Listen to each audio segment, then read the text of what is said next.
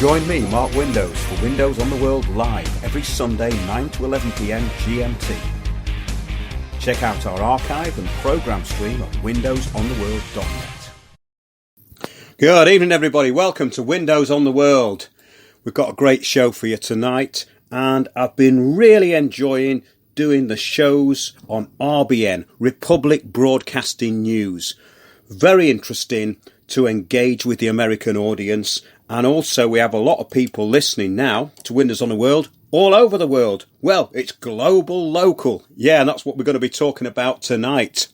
We're going to be talking about, yes, the global coup. If anyone doesn't know what that is, it's just what's happened to us recently over the past couple of months. A coup has been staged and taken over the world on the back of seasonal flu, or some kind of modified version of seasonal flu. Yes, the global coup. Rules for robots following last week's show. Global change, the end of reality. I'm going to keep doing the Sunday shows on Spreaker for the time being, but the Wednesday shows are becoming really popular. And the one we did last week on StreamYard, which goes straight to YouTube, was with Jerry Marzinski. We were talking about the problems of negative entities, demonic entities. Do have a listen to that, because Jerry is the only person I know in the psychiatric profession who will actually address the real issues. In other words, no, there's no chemical imbalance in the brain. It's something else. And we've been talking about this for the last few years. Yeah, check that one out. That's on our YouTube channel. They're all available on windowsontheworld.net, of course. But yes, last week's show was called Global Change, the End of Reality. I'm going to follow that up this week. But first of all, let's just get into what has just happened. Yes, Boris Johnson has unveiled a conditional plan to reopen society. Can you believe this? He's got a conditional plan to reopen society. Would you have ever believed that this was possible, that he would actually be opening society or reopening society for us? Allowing people in England to spend more time outdoors from Wednesday. You couldn't make this up. The PM also said people who could not work from home should return to the workplace but avoid public transport. Well, how are they going to get to work then? So that means everyone in Surrey and the surrounding counties of Greater London are going to have to go, what, on the tube and be 2 metres apart? None of this has been thought out. It's all being rolled out as an exercise in compliance. And that is absolutely clear now. And what's also clear is the agenda that we've been talking about for the last 15 years, the United Nations global to local agenda, the communitarian agenda, Agenda 2030 is being implemented on the back of this flu virus. Well, who would have thought that they are now making compulsory all over the country the 20-foot pavements and cycling for all? Well, this has been going on in every village, town and city for the past 10 years without any public consultation. So let's not let that little detail get into the way of what's being said here. He said a new COVID alert system with 5 levels would govern how quickly lockdown restrictions could be eased. In other words, they're taking instruction from the World Economic Forum, the Bill and Melinda Gates Foundation, the World Health Organization, and guess what? Yes, the cabal. Well, they're all on the payroll. Can you find anyone in this current government who's not on the payroll of this agenda? I bet you can't. And if they're not on the payroll, then they are just trained, useful idiots. And we're going to get into that tonight. Boris Johnson said the next step at the earliest by the 1st of June would be for some primary pupils to return to school in England. Now, guess what? You'll know what's happened. Well, those that are controlling the narrative of public opinion, the change agents in the unions, have said, that's outrageous. You can't let the children go back to school. I'm not joking. This is actual reality. In an address to the nation, Mr. Johnson said this stage would also involve reopening shops. Who would have thought? But he cautioned this would only happen if the science supported it. So we need to talk to our scientist lobbyists, to see if we can open shops up. The next step could see some hospitality businesses and other public places open if the numbers support it, but not earlier than the 1st of July. Are you getting this? He said these steps form part of a first sketch of a roadmap for reopening society. You see, all of these terms that they're coming out with have been given to them. These people, such as Johnson, Schnaps or Shaps and Hancock, are biological robots. That's all they are. All they're doing is repeating what they've been told, and half the time they're not even doing that properly. The Prime Minister added, "This is not the time to simply end the lockdown this week. Instead, we are taking the first careful steps to modify our measures." Mr Johnson also confirmed that fines for the small minority who break lockdown rules will increase. Well, wait a minute, these fines are ultra-virus in the first place, meaning that they are pretty much unenforceable. The police here have been taking it upon themselves to enforce their opinion as to the guidelines laid out by the government. So they've been enforcing their opinion on the back of guidelines. This is absolutely what the big society is all about. It's about these groups taking the law into their own hands. The Prime Minister added, "This is not time simply to end the lockdown this week. Instead, we are taking the first careful steps to modify our measures." Mr Johnson also confirmed, yes, fines going up. It's incredible. Okay, throughout this period for the next 2 months, we will be driven not by mere hope or economic necessity. We are going to be driven by the science, the data and public health rubbish. Now, when he says driven, I think that's a bit of a sore point here because they are trying to ban cars on the back of this seasonal flu. And that is the rollout of the stuff we've been talking about for the last 15 years. No private transport, dependent on the state, completely for everything. Artificial intelligence, Internet of Things, hive mind, hive city, smart city. Yes, the BBC are repeating the UN Agenda 2030 goals in response to the beneficial crisis of COVID-19. That's all they're doing. Let's see what they had to say. "We need to protect the public transport network as lockdown is lifted," the UK's Transport Secretary is expected to say at a press conference. Yes, the BBC understands Grant Shapps will encourage the public to continue to work from home if they can. This is meaningless nonsense, isn't it, really?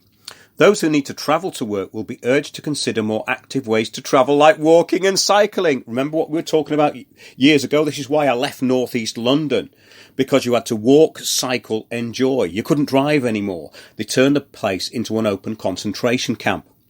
He said extra funding is likely to be announced for English local authorities to help alter road networks to facilitate this. The stuff we've been talking about and that's been implemented for years, they're now just normalising it everywhere.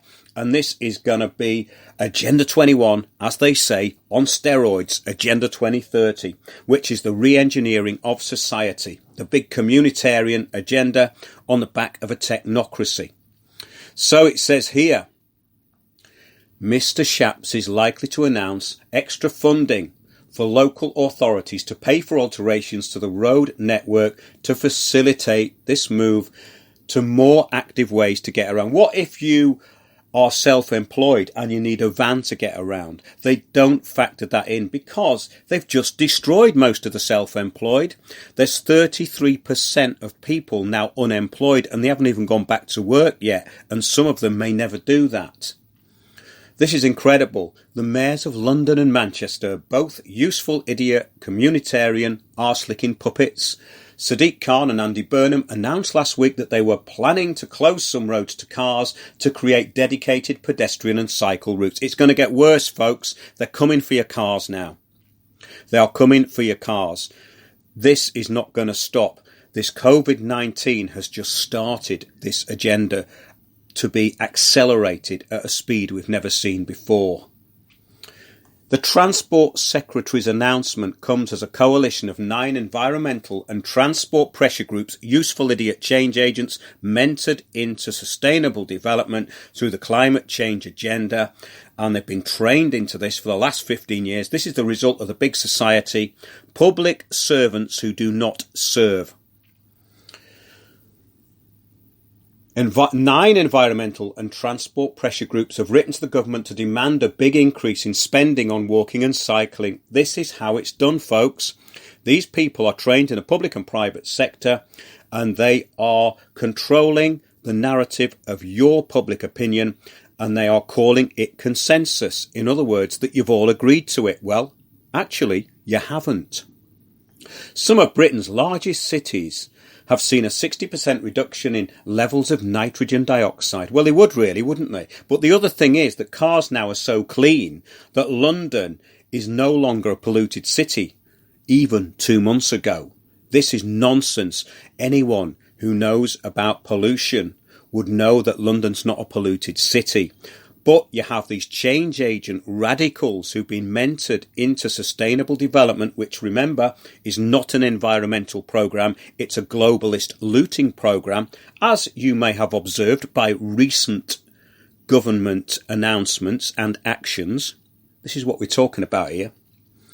Those who are abusing the public in UK government are also those who are bought out by the agenda they are imposing, from Matt Hancock, the failed bio-robot, who has difficulty in repeating his lines and an interest in vaccines, to Bill Gates' whore, Chris Whitty, and all the rest.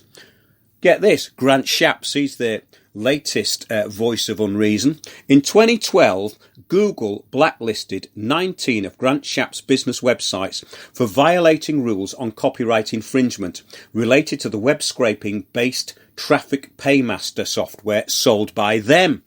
Shapps' web marketing business 2020 challenge publication also drew criticism. It cost $497 actually, and promised customers earnings of $20,000 in 20 days.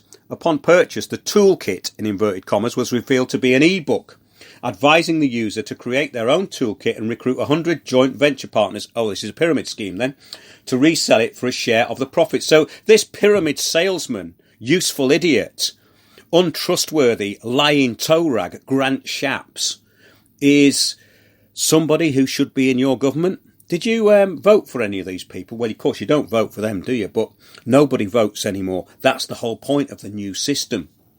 So, this show will address the social engineering of the past 10 years, which has turned the UK into what it is. We're going to be talking about rules for radicals. Saul Alinsky, how that was changed into rules for robots. Yeah, the puppets of global governance have announced an exit strategy from the pandemic, which was never a pandemic. This huge beneficial crisis facilitated by the global governance system. The UK government have been following a real-time exercise, and to get up to give briefings which are written for them. I mean, these biological robots are now repeating the new normal. And the third phase of the global governance exercise. This is what it is. It's all about compliance. He said step 1 begins tomorrow with unlimited exercise allowed. This is Boris Johnson telling you that you can have unlimited exercise. Isn't that great of him? What a nice bloke. He's saying we can all go out and have some exercise. I can't believe it. What great policies they've got. Yes, allowed. It's allowed, and the public encouraged to go back to work if they cannot work from home. Step 2 in June could see schools and shops reopen, but the unions, the teaching unions, are going, you can't let the kids go back to school. They might catch something. Kids are meant to catch something, you retards. How do you think the immune system grows and flourishes and becomes sustainable, you know? Step 3 will include some hospitality chains returns. One of Boris Johnson's key announcements was a new COVID-19 alert level. It will chart the course of the epidemic on a scale of 1 to 5. Level 1 will be achieved when the virus is eliminated in the UK. Well, that's never going to happen, is it? We're talking about a cold here that they can't even diagnose properly. They've never diagnosed COVID-19. It has no diagnosis. There is no test for it. So how can we go to level 1? We can't really, can we? Level 5 could overwhelm the NHS. Well, it hasn't so far, has it? I mean, the official statistics, even with the made-up statistics of the NHS, which are basically putting down anybody who has a parachute accident as COVID-19. They die with it, of course. You die with COVID-19. Anyone who's looked at what's happening in old people's homes, where they're actually basically encouraging them to die of COVID-19 because it's being introduced into the old people's homes to get rid of them quicker. You know, this is absolutely incredible. Level 5 could overwhelm the NHS. Well, wait a minute. How many patients did the Nightingale Hospital have in Birmingham and London especially? I don't think it had any, did it? I think it could have been a place to facilitate the dance routines for the Communitarian change agent nurses. Wow. We will come back from this devilish illness, says Boris Johnson. Well, I bet you won't, We will come back to health and robust health. And though the UK will be changed by this experience, I believe we can be stronger and better than ever before, more resilient, more innovative, more economically dynamic, but also more generous and more sharing. Communitarianism. No one will be left behind. The communitarian word salad was specially prepared for the bio-robot to repeat, which he did, and not very well. The implementation of all the agendas we have talked about for the last 10 years are all included in the new normal. Walk, cycle and obey. The big question is, if and when the second wave is announced, do things get more locked down? This will depend on public compliance. If the change agents feel they are losing control, the iron fist will come down harder. Higher fines were announced. These fines are pretty much ultra-virus, as we've said, as they've been issued on the whim of the police, who are there merely to suggest guidelines to the public. It's an absolute joke. Well, it's not a joke, because the police are taking it seriously. Well, have a look at their kind of interactions with the public. We're talking about what could be really now just basically private security thugs who are trained in communitarian word salad nonsense speak. In other words, well, I'm sorry you feel that way about it. They cannot implement the law because it's all about the way that they do it. They interpret the law as to their communitarian belief system. So the communitarian police narrative is that people who go out are killing people by not staying at home. 850 people were sent home from beaches in Kent yesterday. 850 people sent home by these idiots walking up and down. Oh, they also do their little dance routines, don't they, these retarded police? Well, I hope you are banging your pots every Thursday with all the rest of the morons, because that's communitarianism. It means that if you don't do it, you're full of hate. So do bear that in mind. It doesn't get any more brainless than this, but it actually could get even worse. These people in uniforms know nothing about discretion. They are bio-robots, trained to enforce through asking stupid but repetitive questions. They've been allowed to interpret the law because they've been trained into believing that there's no truth. Just feelings over fact, emotion and belief.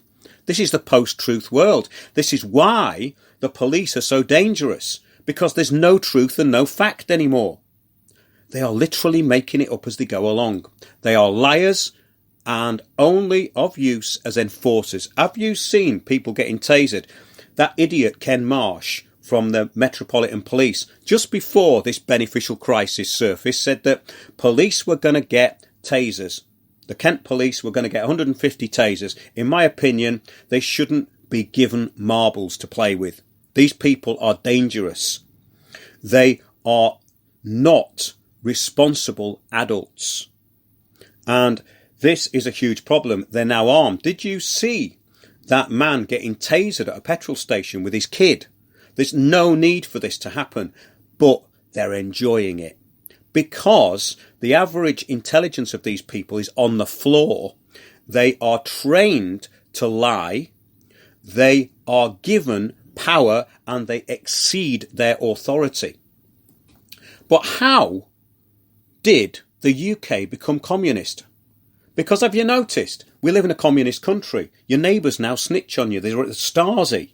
They will snitch on you for going out of the house more than you should. The curtains are twitching all over the country.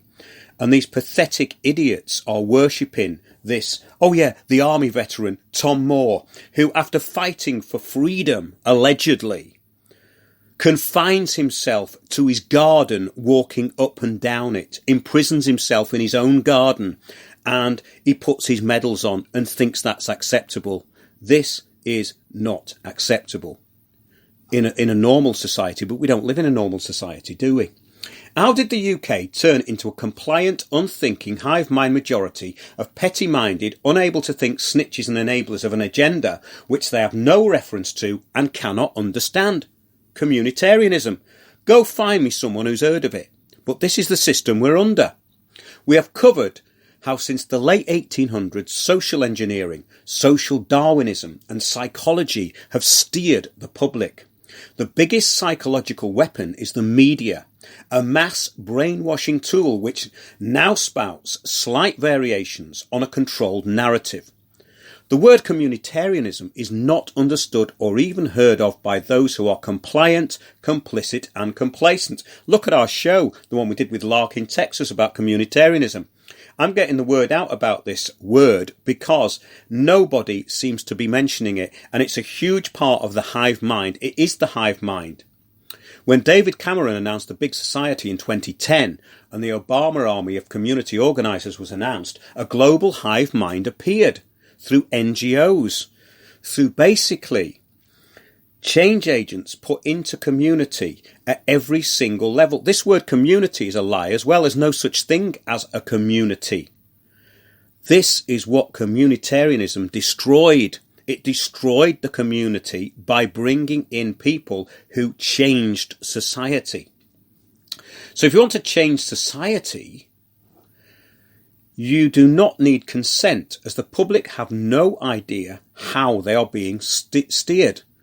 This is the best form of brainwashing. The target audience do not even know they are being brainwashed.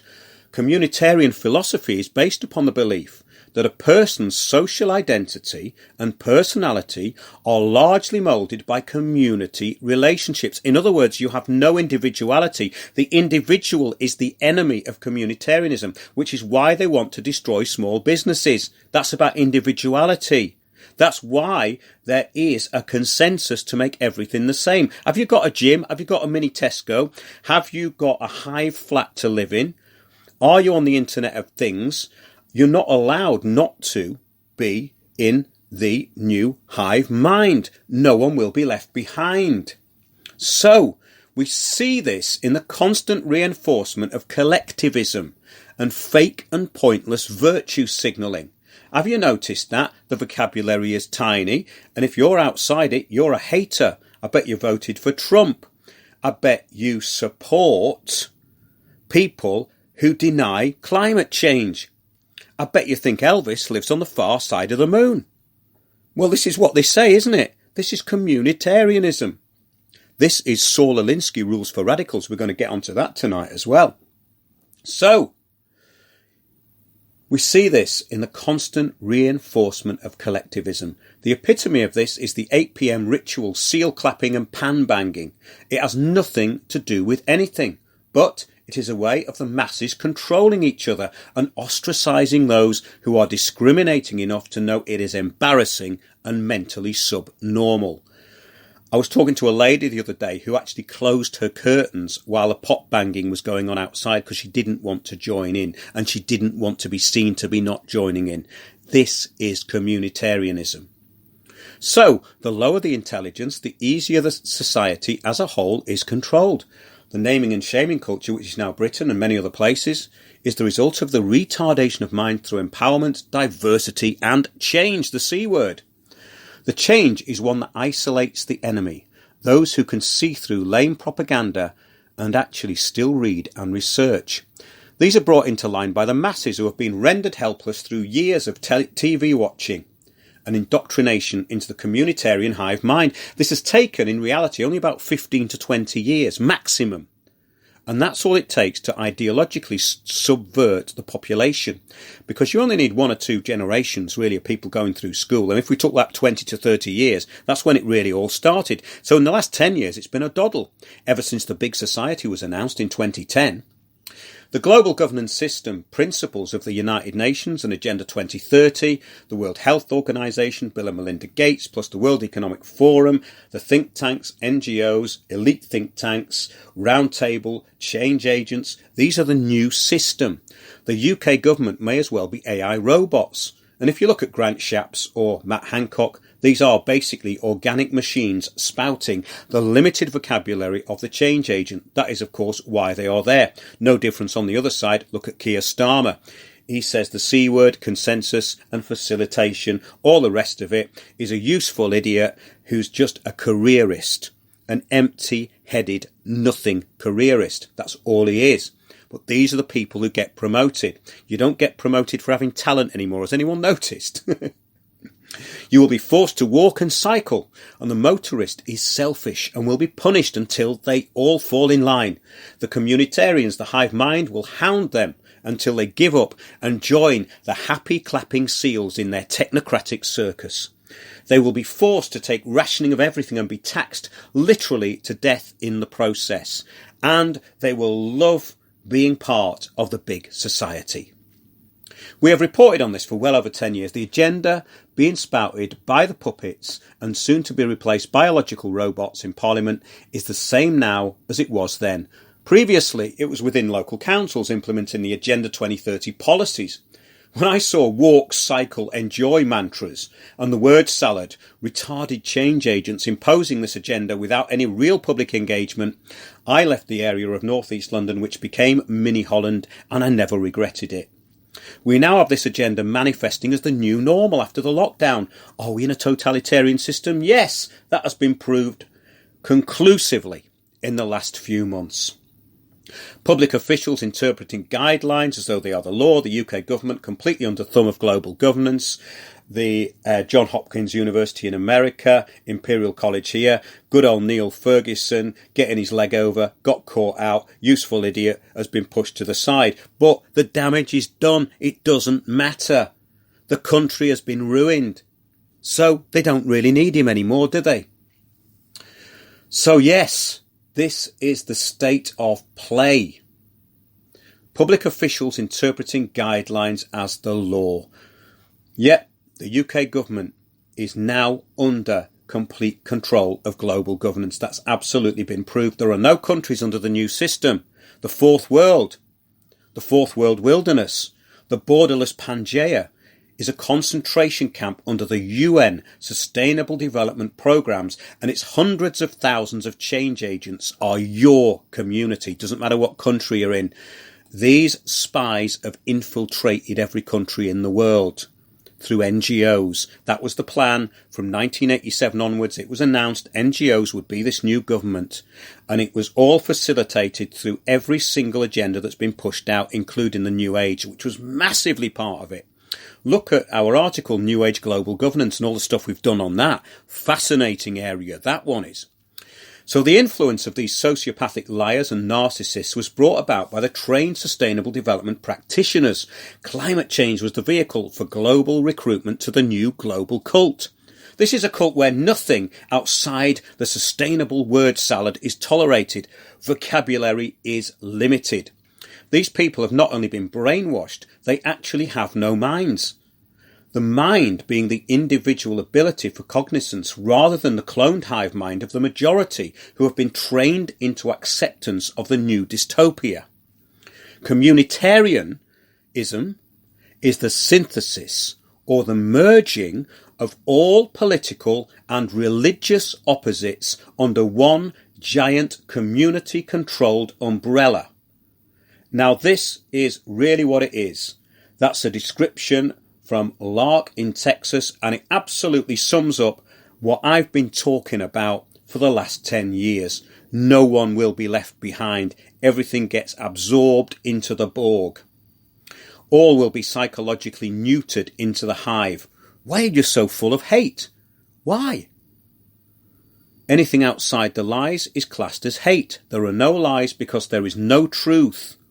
Only belief and opinion. So these people are dangerous. These people enforcing that, including the puppets in government, because there is no truth. There are no definitions of lies. It's given them carte blanche to lie constantly. That's what the Saul Alinsky rules achieved. We're going to get into that. And what we have now is rules for robots. Not even Saul Alinsky's rules can compare to what's going on in society. The way the change agents have changed it.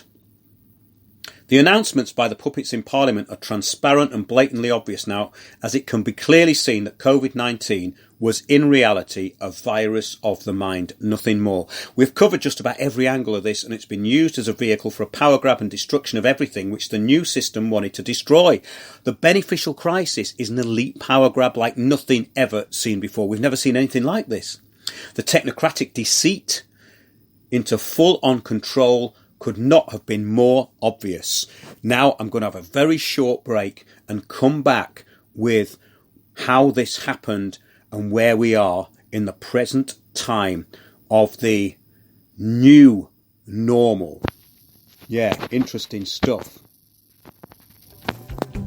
Yeah, welcome to Windows on the World, and the concept of how Earth run today.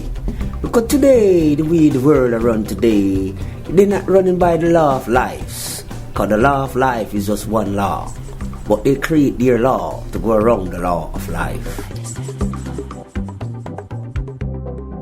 If you realise how deep the rabbit hole goes, I mean, the people coming out now, even in the entertainment business, saying, I sold my soul to the devil so I could be famous. You go, Jesus, yeah. And you look at people and you think, how did he get famous? He's crap. And then you think, oh, he must have sold his soul to the devil. Oh, here's Wayne again. He's going to give us all that New World Order crap. And you think, oh, well, why am I wasting my time even mentioning it? It's only in conversation. And they'd rather talk about football. And, you think, oh, what a waste of space. And it's, oh, Manchester United did this. And you think, what a load of crap. Who cares? Who cares about Manchester United and Manchester City? And then you look, you think, this is it. They're just programmed. That's going to be their life. Women will watch soaps and men will go to football, and then you'll get up in the morning, you'll go to work and you'll do this, and then you'll finish at 5 if you're lucky. You'll go home, you won't have time for your kids, and you think, but is this what we're born for? Just to be slaves, really. You're just slaves. Join me, Mark Windows, for Windows on the World live every Sunday 9 to 11 p.m. GMT. Check out our archive and programme stream at windowsontheworld.net. Welcome back. That was Wayne Fontana, great singer from Manchester from the 60s. Check him out. The Game of Love. What a great song that was. Yeah. It's a shame, isn't it, that we've lost all our original entertainers and we now have Madonna and Lady Gaga spouting United Nations communitarian word salads from their mansions. What happened to it all? Where did it all go? Well, it's been changed radically in the past 10 to 15 years. And I've had this conversation with quite a lot of people. There was a song in the 60s called Where Have All the Good Times Gone by Ray Davies. Well, I wonder what he'd have made of this. I'll have to ask him when I next see him. I used to know his drummer, Mick Avery, very well. Oh, those were the days. But yeah, the Citizen Spy programme started over 10 years ago, and the results are now very plain to see. The system of moods caters for all. All, that is, who will accept limited vocabulary and strict limits on anything they say. This is very important. Political correctness from the 80s onwards really started what they called the decline of the ability for people to engage themselves with their own minds, or to start self-policing. When I saw a self-entitled, self-absorbed, smug and phony victim, basically, this is quite funny actually. I saw this. It was. I think it was on. Where was it? It was on Facebook or something, and it was this guru saying that we are enabling ourselves to gain a new paradigm by what's going on. I mean, these people have been mentored into this program in such a way you just couldn't make it up. So I saw a self-entitled, self-absorbed, smug and phony victim spouting that this current beneficial crisis is a new beginning. I'm not kidding. A new sustainable way forward. The end of reliance on fossil fuels and a new way of thinking. Well, I think this was on social media, on Facebook. I mean, this isn't one of these idiots selling himself as, the big self-help guru. There's not many of those around, are there? I put, you, sir, are a programmed idiot spouting new age pseudo-philosophical crap. This is a technocratic global coup. The UN heavily pushed this way of acceptance to middle-class Westerners to fall in line. From the 70s onwards, this kind of blind acceptance and self-deception has infiltrated everything. You are using their words, not your own. Fake gurus have a lot to answer for. They certainly do. The enablers, who are this smug and dangerously stupid, are in fact the main target audience.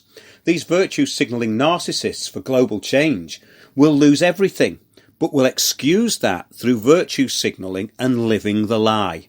They'll keep lying to themselves, these people. They'll never stop. They will pay dearly for their idiocracy, though. Once they've lost everything, then the whole fake Eastern pseudo-crap for Westerners will fall away pretty quickly.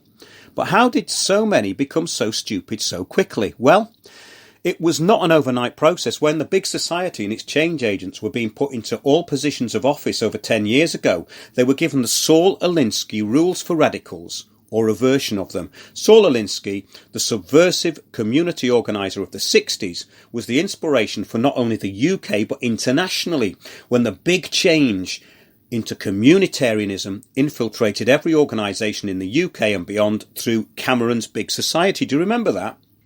Well, it's the same thing all over the world. They just use different terms for it. It could be livability, it can be sustainability. It just means the same thing. A totalitarian system that you're not allowed to be outside. Alinsky created change through conflict and by taking the law into the hands of community leaders, mentored through his Rules for Radicals programme. Some of Alinsky's ideas are what is meant by speaking truth to power. But truth is not necessarily a word used in a real sense in the Alinsky manual. The effectiveness of the attack is paramount, and integrity and truth are not in the top 10. In fact, Alinsky was not interested in truth so much as tactics. Now, we can see the results of this now with the way the police act, the way your local council acts. They will lie to get their own way. They will subvert truth. And this is all as a result of this big society. These people are just victims of it. They're idiots, but they're victims at the same time. Alinsky's book Rules for Radicals was printed in 1971 and laid out a series of examples and ideologies for taking power. Now, some of this could be used to help the have-nots create enough pressure to make the haves cave into pressure. Okay, this could be a good thing. However, the lack of any moral compass in the tactics leaves his interpretations open to anything which goes, anything goes basically in the way of taking power. So you take power by any means you can. This is where it turns into absolute criminality, which I've observed. So many people have come to me as victims of this, and they don't know what's happened to them because they have been caught up in a web of lies that they cannot believe they're in. It's such a shock to find that these people will take everything off you. They will work complicitly in a multi-agency situation of change agents which cross over into different organisations and corporations, and they will conspire to ruin you. I've seen this happen over and over again. So Alinsky was not interested in speaking truth to power. He was interested in taking power. This was reinterpreted through the social engineering and the new hive mind global community into an intolerant, subversive and one-size-fits-all method of taking over all public opinion, starting at local level under the global umbrella of the UN, Agenda 21 and now Agenda 2030 Sustainable Development Control and Management System. These Saul Alinsky new rules are rules for robots. They've been misinterpreted and reinterpreted. It's spread out with one narrative and a limited vocabulary, literally meaning that no one was left behind, from the well-meaning useful idiot to the virtue-signalling climate change propagandist. They were all facilitated under one mindless umbrella, with no way out unless to be ostracised and accused of being negative, hateful, fascist, Nazi, and a few, but not many other names. The programme is so limited that it cannot adapt to well-aimed criticism, but it doesn't have to, as the participants in the agenda have no ability to argue their points. Have you noticed this? Climate change pushers cannot argue the facts, so they resort to ad hominems, but they can't do that either. And this is the key point, because Alinsky referred to humour being a man's most potent weapon, and these people, the new interpretation as rules for robots, not rules for radicals, does not have any idea of humour. They cannot even function in the presence of it. It is very interesting. Well, Alinsky opened up his book Rules for Radicals with this quote. Okay. Lest we forget at least an over-the-shoulder acknowledgement to the very first radical. From all our legends, mythology and history, the first radical known to man who rebelled against the establishment and did it so effectively that at least he won his own kingdom was Lucifer. So here we see that Alinsky is all about taking power and control. So his kind of hero and the first radical, according to Alinsky, was Lucifer. Not Jesus, but Lucifer. Interesting, eh? So his cards were on the table from the first page. He was not averse to being a deceiver and manipulator when it suited him, and he actively encouraged his students to be so. The result of the new Rules for Robots, though, is a one-dimensional careerist, set on taking out anyone that gets in the way. This is why sociopathic narcissists are much in demand. They are the enforcers of global governance. The old arguments are no more. The political debate is over. The best lies win, and this is called the common good. The victims of the new Rules for Robots are everywhere. They have no voice. Those outside the hive and those with original ideas and talent will be exploited and then discarded by the worker drones of the new system. Those that shout loudest and lie for the longest win. This is the world you now live in. You are being governed at every level by narcissistic biological robots. Now, let's get back to Saul Alinsky. He stated, the building of many mass power organisations to merge into a national popular power force cannot come without many organisers. Now, this is where the big society copied it, you see. They put out all of these so-called community organisers. So they gave them a script which was all about climate change, sustainability, inclusivity and vibrant communities, which means nothing. And they got them to repeat it all over the country and actually all over the world.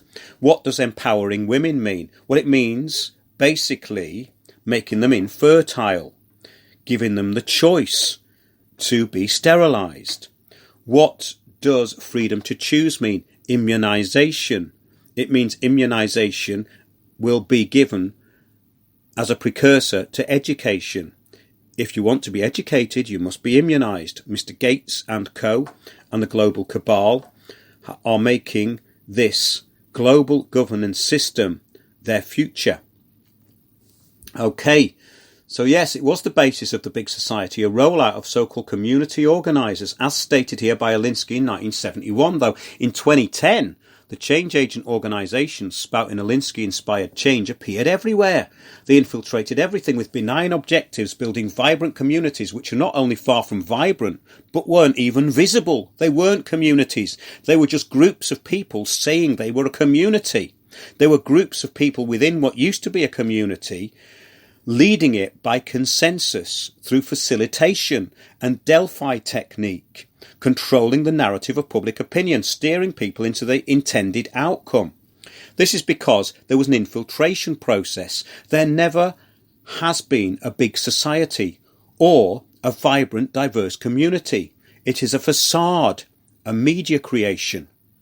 The agents of change are there merely to bring in new, draconian and unpopular governance, not government by the way, governance, very big difference, with a smiley, retarded, meaningless narrative, which stretches as far as its own limitations, but, conversely, actually takes over everything. It is inclusive, as it won't let anything exist outside it. Let's go back to Alinsky, what he said in Rules for Radicals. Since organisations are created in large part by the organiser, we must find out what creates the organiser. Isn't that interesting? So all of these useful idiots in your local council were born from this idea. Organisations are created in large part by the organiser. So they're not created by need or by the people. They're created by the organiser who sets the agenda, but the agenda is implanted into their highly inactive and minuscule brains. See what else Alinsky says. This has been the major problem of my years of organisational experience, the finding of potential organisers and their training. For the past 2 years, I have had a special training school for organisers with a full-time 15-month programme. Well, what they did is they copied this. And because Alinsky had problem finding potential organisers, people who could actually think for themselves and be subversive, they didn't need them anymore. They gave them the mantras. They just used Alinsky's principles, but they were given the mantras to repeat. Besides the full-timers, there were community leaders whom we trained on the job to be organisers. Community leaders, these are media-created PR puppets who appear at the right moment. They're nothing to do with your community. They're not community leaders at all. They've been chosen. They're not chosen because they're good at something. They're chosen because they will make a noise and say the appropriate thing at the appropriate time and not question anything. In other words, they're thick. So, let's have a look at this. Organisers are not only essential to start and build an organisation, they are also essential to keep it going, and keep it going they have. So, on this basis, the new rules for robots, which came out of rules for radicals, this is my new term by the way, rules for robots, are used to attack anyone outside the communitarian narrative. The difference between the Alinsky rules is that the change agent robots are not adaptable. They are one-dimensional. They are not fluid in their approach because they are in a rigid system which enforces the public interest. The one thing they do have in common is their single-minded need to control. I met a change agent years ago and I questioned her on the climate change agenda. She said, I choose not to hear that. This is the same as the police choosing not to hear your defence witness evidence. This is why the police will pervert the course of justice, because it's not about truth. It's about opinion and belief. If in their opinion they want to nick you for something, well, they'll do it because it's for the common good. They've been trained to think like this. Yeah, the new rules for robots leaves out one of the best Alinsky weapons. It is a weapon they cannot use because it is beyond their capability and not part of the new system. It's been bred out of the bio-robots completely. And what is it? Humour. Have you noticed change agents have no humour? Have you noticed this in your interactions over the years with these council officials? The change agents have no sense of humour. The people on the switchboard may be down to earth. They may have a laugh with you. They may very much dislike these overlords, these self-appointed overlords, and often they do, and they'll have a laugh with you. But get to the actual change agent, and all you have is a nasty, narcissistic idiot who will just repeat limited vocabulary. Have you noticed? Yes, they have no humour.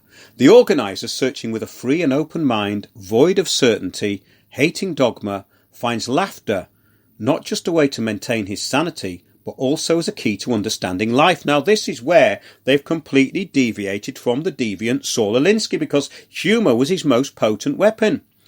Alinsky said essentially, life is a tragedy, and the converse of tragedy is comedy. One can change a few lines in any Greek tragedy and it becomes a comedy, and vice versa. Knowing that contradictions are the signposts of progress, he is ever on the alert for contradictions.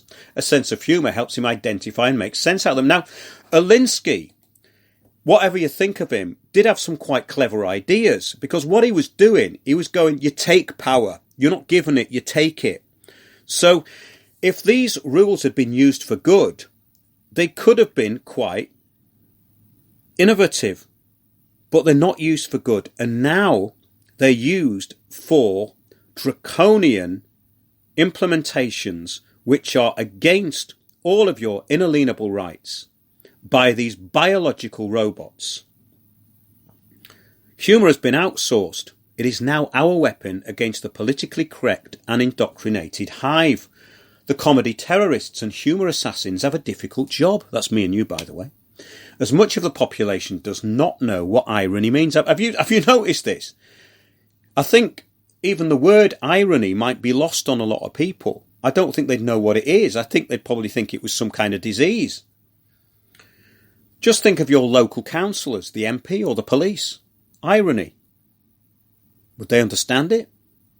The organiser's job, says Alinsky, is to inseminate an invitation for himself, to agitate, introduce ideas, get people pregnant with hope and a desire for change, and to identify you as the person most qualified for this purpose. Now, this is how they do it.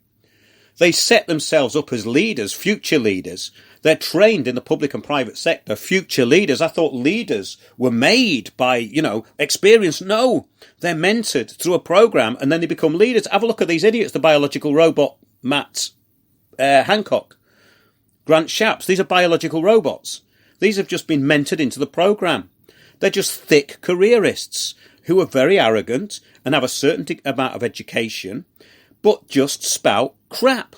That's all they do. They don't have to say anything else. So yeah, this is still being done quite successfully. The public forget everything when the next big hope is introduced, especially if it is mixed with change. And that's what he was saying. People get pregnant with hope and a desire for change and to identify you as the person most qualified for this purpose. They want these people to lead them. But now we're talking about people who can't lead. They can only boss people around and try and take the high ground. But we have the moral high ground. They don't have it. In actual fact, if we start thinking like this and take a more kind of integral approach, an approach with integrity, then they fall apart. And I've done it time and time again. You can do this. You can take apart their narratives. You can catch them lying. You can go into court and say, yes, no reply to that one, no reply to that one, lied on that one, this one lied on that one, then didn't talk to me, the next one lied on that one. You don't have to say that to the judge. You give it to the judge and then he can see they've all lied. However, we have a problem that the judiciary has been infected by this virus as well. So it's not that easy. But it is part of our civic duty to do this, I think. Let's see. Yeah, it's a good job the public are never told what the change is, as they might not like it.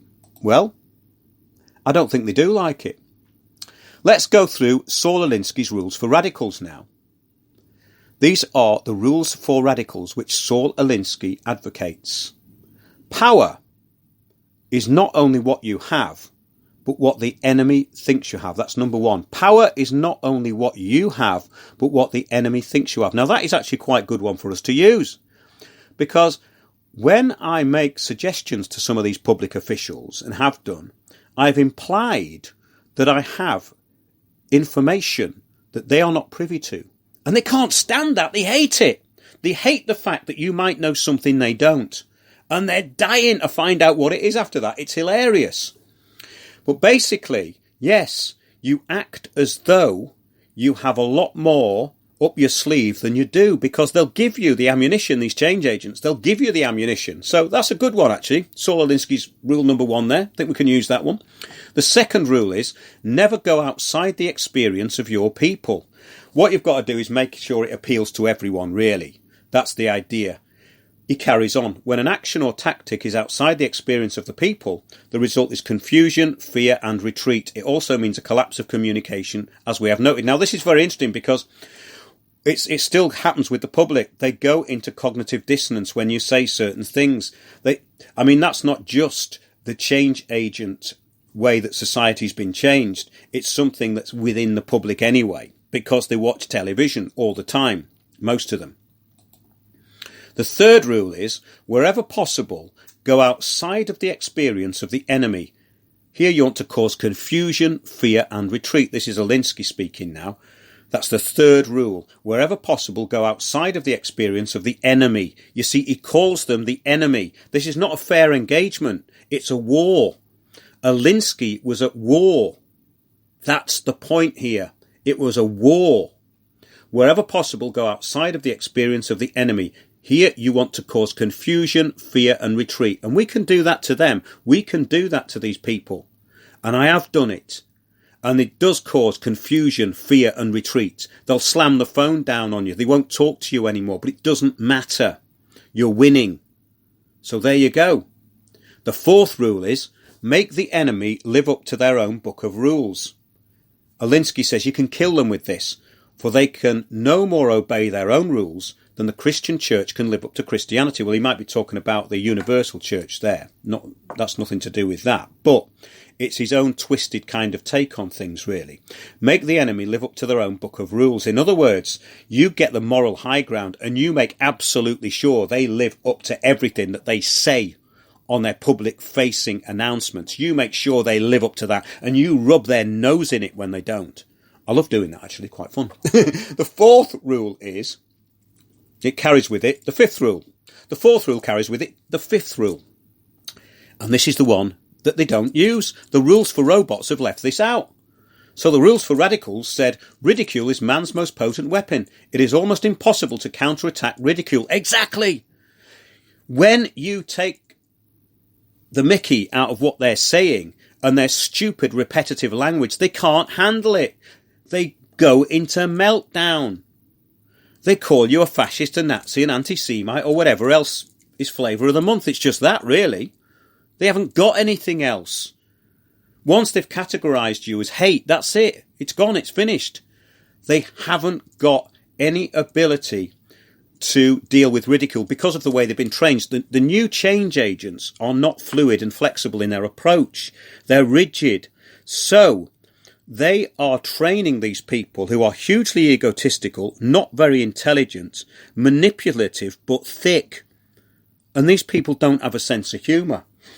So this is where we have a difference between rules for radicals and rules for robots. Alinsky is right. Humour and ridicule is our most potent weapon. The children of Soros, the trust funds, the NGOs and the hive mind use nasty asides, limited insults and can never hit the spot with ridicule. The sixth rule in Saul Alinsky's rule book is a good tactic is one that your people enjoy, so you have to enjoy it. So let's enjoy having a go at these idiots. Let's enjoy taking back our freedoms. Let's get into like-minded groups and do it. Sounds a bit idealistic, I know, when we look at the pot-banging retards that are out every Thursday night, and there's a lot of them, isn't there? A good tactic is one your people enjoy. If your people are not having a ball doing it, there is something very wrong with the tactic. Now, that's interesting because when I've found myself in the past on a roll against, say, a council or even the police with something they've done, you get into a role of enjoying it and get the ball rolling because you know that they've screwed up and their limited tactics have been worn out. In other words, you've caught them red-handed. It doesn't mean you're going to ultimately win, but it's a very good start. Yes, the seventh rule. A tactic that drags on too long becomes a drag. Now, this is interesting because my experience of these so-called Saul Alinsky rules for robots, which is the new rules for radicals, they actually do the same thing over and over and over again. They're nothing if not predictable and monotonous, and that is a great thing. They're predictable and monotonous. So if you're a truth assassin, you can take them out anytime. A tactic that drags on too long becomes a drag. They repeat, they repeat, they repeat. They haven't got anything else. Look at the UK Guardian. It comes out the intelligence services. It's a change agent mentoring newspaper. It's a drag. It goes on and on and on about the same thing in the same way every day.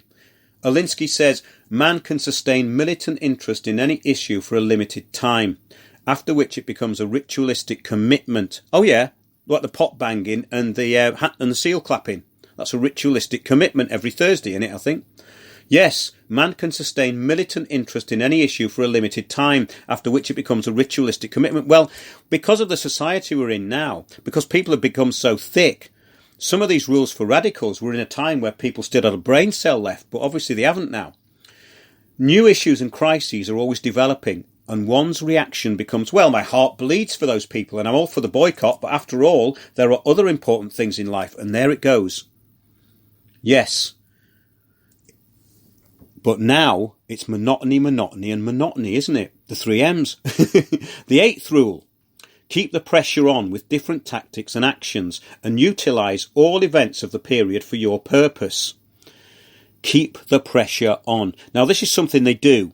They will attack someone or an organisation relentlessly, these change agents, if you're outside the narrative of controlled public opinion or the communitarian narrative. They will keep attacking you. And they'll do it Monday to Friday, give you a break at the weekend. Well, actually, you're meant to be worrying about it on the weekend because they usually do an attack on a Friday. They might go Monday to Wednesday, leave it for a couple of days, attack then on Friday when you think it's all over. And on Monday morning, another crisis will happen. This is how these rules for robots operate. They break the law. They lie all the time. That's why we're in the so-called society that we're in now. The communitarian society is a corrupted nest of vipers masquerading as a community. That's all it is. So yes, keep the pressure on with different tactics and actions. So you have to do that back. You have to make them live up to their own rules all the time and try different tactics and actions. They can't do that. The rules for robots can't do that. The 9th rule is the threat is usually more terrifying than the thing itself. Always imply that you have knowledge that they don't have. Always imply you know something about them. Always imply that you may know people who are more powerful than them. You don't have to tell them that, just imply it. By implication, you can be quite subtle. And this is great with councils and things like that. And I think it's going to be great in the months to come as this pantomime carries on. Now, yeah, the threat is usually more terrifying than the thing itself. People get very paranoid about things that they do not know. Fear of the unknown. Give it to them. Yeah, the 10th rule. The major premise for tactics is the development of operations that will maintain a constant pressure upon the opposition. It is this unceasing pressure that results in the reactions from the opposition that are essential for the success of the campaign. It should be remembered that not only that the action is in the reaction, but the action is itself the consequence of reaction and of reaction to the reaction. It's all about reaction. The pressure produces the reaction, and constant pressure sustains action. So basically, you push people into a reaction, which is what the police do to you all the time, right? They'll say, "Oh, don't be aggressive. Are you feeling all right?" That's a strange thing to say. You know, basically, the pressure produces the reaction. So you have to just mirror it back on them. The 11th rule is, if you push a negative hard and deep enough, it will break through into its counter side. This is based on the principle that every positive has a negative. We have already seen the conversion of the negative into the positive in Mahatma Gandhi's development of the tactic of passive resistance. Now, so this is basically victim status, right? This is the new thing of becoming a victim all the time. So claim honorary victim status. That's a good idea. And I do that quite often, because it's very, very useful. What you do, you grab the moral high ground, because it's easy because they're all liars, and then you claim victim status as well and say, I am the injured party. I am the injured party here. Yeah, I don't know what they mentioned Gandhi for. It was a long time ago. The 12th rule. The price of a successful attack is a constructive alternative. You cannot risk being trapped by the enemy in his sudden agreement with your demand and saying, you're right.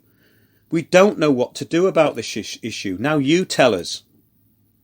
There you go, you see. Basically, it's all about a psychological approach. The 13th rule. Pick the target. Freeze it. Personalise it. And polarise it. Now, this is one thing that the rules for robots do use, actually. They do that. They will single out the person in a group who they believe is the leader and target them relentlessly.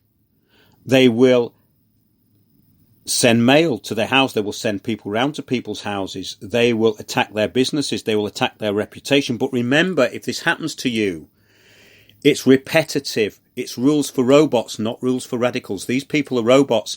They will do the same thing over and over and over again. It only lasts a certain amount of time, and then you can go for them. Because you wait for your time to pounce. Keep your powder dry and they will expose themselves, because these people throw everything at you and they're not very clever. Yeah. In conflict tactics, there are certain rules that the organizer should always regard as excuse me a minute, I'm going to have to clear my throat. In conflict tactics, there are certain rules that the organizer should always regard as universalities. One is that the opposition must be singled out as the target and frozen.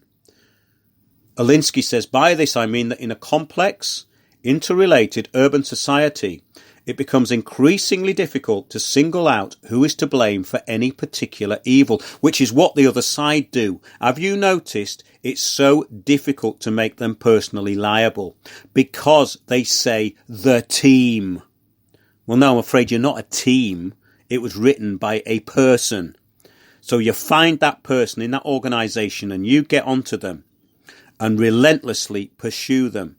Could be fun, couldn't it? I've done it myself. It's quite fun. Yes, he says, by this I mean that in a complex, interrelated urban society, it becomes increasingly difficult to single out who is to blame for any particular evil. There is a constant and somewhat legitimate passing of the buck. Well, we have that all the time now, don't we? Mega councils have been formed, so you're not going to have any recourse. But they're trying to take all that away. Alinsky is saying, make your target personally liable for their actions and make them own their actions.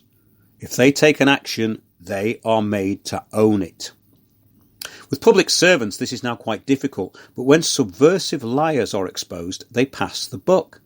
The thing is that when they do this, they often drop the ball, and you can get one in the back of the net. The agents of change routinely lie, so always make them accountable and point out their lies.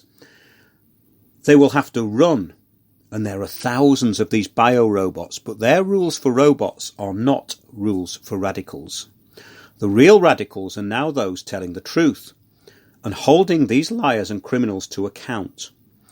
They will run, but there will come a time when they have nowhere to hide, and that is a reaction to the big society, the communitarian agenda of change, the new normal. Yeah, hope you've enjoyed that. It's quite useful information, I think. Do join me on Tuesdays and Thursdays on RBM at 8 p.m. That's Republic Broadcasting Network. I don't know why, but I can't get into the chat box tonight. It seems to have disappeared. I'll have to look into that. So anyone trying to get into chat who managed to get into chat, do let me know, because it's not even showing. That's a side issue. I'll try and get it sorted out.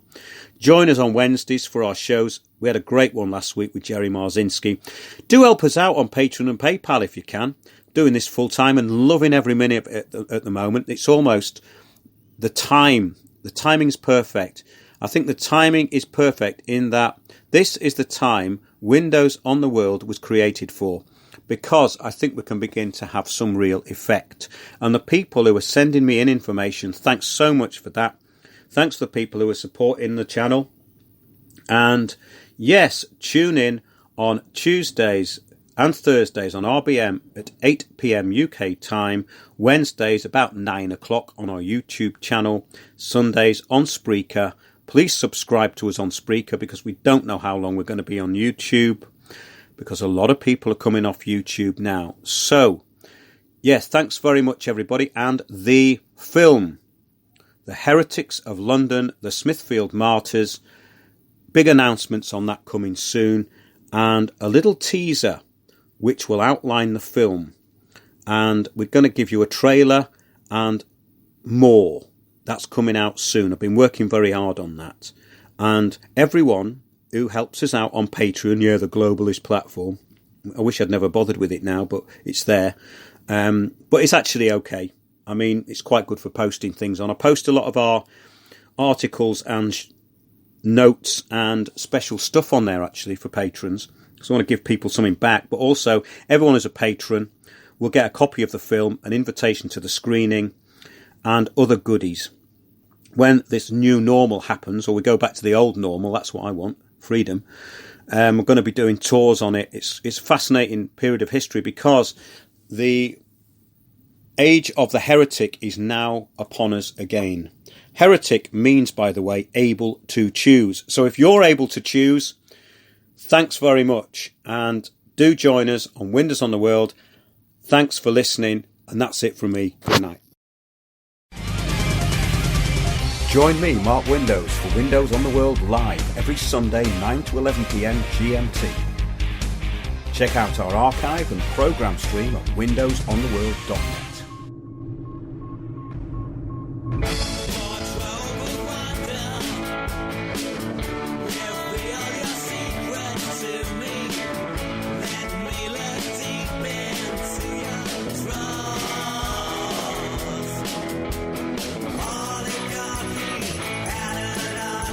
Reversal of the poles.